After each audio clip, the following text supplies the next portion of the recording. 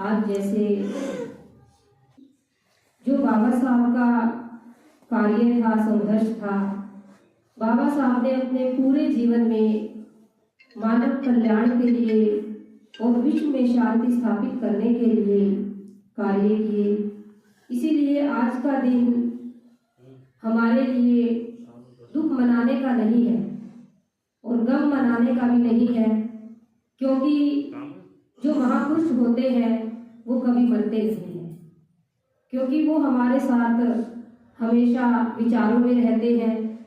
जो उनके विचार हैं, जो हमें रास्ता देकर गए हैं, अगर हम उस पर चलते हैं तो वो हमारे साथ हमेशा रहते हैं। और बाबा साहब तो एक ऐसी शख्सियत थे कि जिनके पार्थिव शरीर से भी लोगों ने दीक्षा ली। जब बाबा साहब का परिनिर्वाण हुआ था और बाबा साहब को मुंबई ले जाया गया पार्थिव शरीर को, क्योंकि बाबा साहब को 10 दिसंबर को मुंबई जाना था दीक्षा लेने के लिए, तो लोग चिल्ला रहे थे, कह रहे थे कि हे बाबा साहब, आपको तो 10 दिसंबर को आना था, लेकिन आप तो पहले ही आ गए। तो फिर वहां पे कहा गया कि बाबा साहब का शरीर तो हमारे पास है, पार्थिव शरीर है, इसी से हम प्रेरणा लेकर दीक्षा लेते हैं। तो लाखों लोगों ने बाबा साहब के पार्थिव शरीर के साथ दीक्षा ली। तो बाबा साहब ऐसी शख्सियत है कि जिन्होंने जीवित रहते हुए भी लोगों का कल्याण किया, और जब बाबा साहब का शरीर नहीं रहा तब भी बाबा साहब ने लोगों के कल्याण के लिए कार्य किया। इसीलिए आज हम लोगों को संकल्प लेने की जरूरत है। आज हम लोगों को ऐसे संकल्प लेने हैं कि जिससे बाबा साहब को भी लगे कि जो मेरे अनुयायी है वो मेरे रास्ते पर चल रहे हैं। बस थोड़ी सी बात कहूंगी मैं। जैसे कुछ लोग कहते हैं, नारा लगाते हैं सभी लोग कि बाबा साहब तेरा मिशन अधूरा, हम सब मिलकर करेंगे पूरा, लगाते हैं सभी लोग। लेकिन उन सबसे ये कहना चाहूंगी मैं कि बाबा साहब का मिशन अधूरा नहीं था। बाबा साहब अपना सारा मिशन पूरा करके गए। बाबा साहब ने जो जो अपने जीवन में ठाना वो सारे कार्य किए। बाबा साहब ने सबसे बड़ा जो कार्य किया वो संविधान के रूप में किया, क्योंकि हजारों सालों से जो हम अपने अधिकारों से वंचित थे वो बाबा साहब ने हमें सारे अधिकार दिए।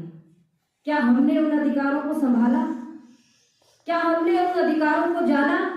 नहीं जाना। इसीलिए बाबा साहब के मिशन को पूरा नहीं करना, क्योंकि पूरा कर गए, सिर्फ और सिर्फ बाबा साहब के मिशन पर चलकर उसको आगे बढ़ाना है और ईमानदारी से आगे बढ़ाना है। जो जो वो चाहते थे और जो जो उनकी इच्छाएं थी, हम लोगों से उम्मीदें थी, उन उम्मीदों पे हमें खरा उतरना है। तो संविधान की बदौलत आज हम लोग जो भी कुछ हैं, अगर हम संविधान को ईमानदारी से अपने घर में लागू करते हैं तो देख लेना कि हमारा जीवन कितना सुंदर बन जाएगा। अभी तो हम सिर्फ बात संविधान की करते हैं और परंपराएं कौन सी निभाते हैं जो दूसरे लोगों ने हम पर थोप दी गई। हजारों सालों से उन्हीं परंपराओं में हमारा समाज है, उनको क्यों नहीं छोड़ पा रहे हैं? क्योंकि बाबा साहब के मिशन पर हमें भरोसा नहीं है। और दूसरी बात, बाबा साहब ने अंतिम क्षणों में बुद्ध धर्म को स्वीकार किया और 5 दिसंबर की रात जब बाबा साहब ने बुद्ध उनके धर्म ग्रंथ को पूरा किया, बाबा साहब बहुत खुश थे। रत्तू ने बाबा साहब से पूछा कि बाबा साहब आज आप बहुत खुश हैं, और खुशी के मारे बाबा साहब बुद्धं शरणं गच्छामि की धुन भी गुनगुना रहे थे। रत्तू ने खुशी जानने का प्रयास किया तो बाबा साहब ने कहा कि रत्तू, वाकई में आज मैं बहुत खुश हूँ, क्योंकि आज मैंने अपने बहुजन समाज के लिए एक ऐसा ग्रंथ तैयार किया है कि जो लोग इस ग्रंथ को मानेंगे, इस पर विश्वास करेंगे और इसको पढ़ेंगे और अपने जीवन में उतारेंगे तो उनका कल्याण निश्चित है। लेकिन हमने ये कार्य भी पूरा नहीं किया। हम इस कार्य पर भी नहीं चले। बाबा साहब ने कहा कि बस चलना था, रास्ता तो बाबा साहब देकर जा चुके हैं। हमने बुद्ध और उनके धम्म ग्रंथ पे भी विश्वास नहीं किया। इसलिए प्रबुद्ध उपासक उपासिकाओं, आज संकल्प लेना है कि बाबा साहब ने जो जो हमें कहा, जो जो हमें अधिकार दिए, जो जो हमें करने को कहा, सिर्फ हमें वही करना है। इसीलिए आज आप सभी लोग जितने भी यहाँ पर आए हैं, आप सभी लोगों को यही संकल्प लेने हैं और बाबा साहब को यही सच्ची श्रद्धांजलि होगी कि हम लोगों को बाबा साहब के जो भी कार्य हैं बस उन पर चलना है। पूरा तो बाबा साहब सब कुछ कर गए, सब कुछ हमें दे गए। जो जो हमारे पास नहीं था वो सारा कुछ तो हमको देकर गए हैं, बस हमें संभाल कर रखना है उसे। और अगर हमें संभाल कर हमने नहीं रखा तो आगे आने वाली पीढ़ियां हम लोगों को कहेंगी कि बाबा साहब तो हमें सब दे गए थे, आप लोग ही नहीं उसको संभाल पाए। तो इसीलिए आगे आने वाली पीढ़ियों को अगर कुछ देना है तो बाबा साहब ने जो भी हमें दिया है उसको बड़ी ईमानदारी से संभाल कर रखना है। तो इसी उसमें आज हम संकल्प लेते हैं। आओ हम संकल्प लेते हैं कि जो बाबा साहब ने हमें दिया है उसे हम ईमानदारी से निभाएंगे। आओ हम संकल्प लेते हैं कि पुरानी गली सड़ी रूढ़िवादी परंपराओं को छोड़ बाबा साहब के मिशन को आगे बढ़ाएंगे।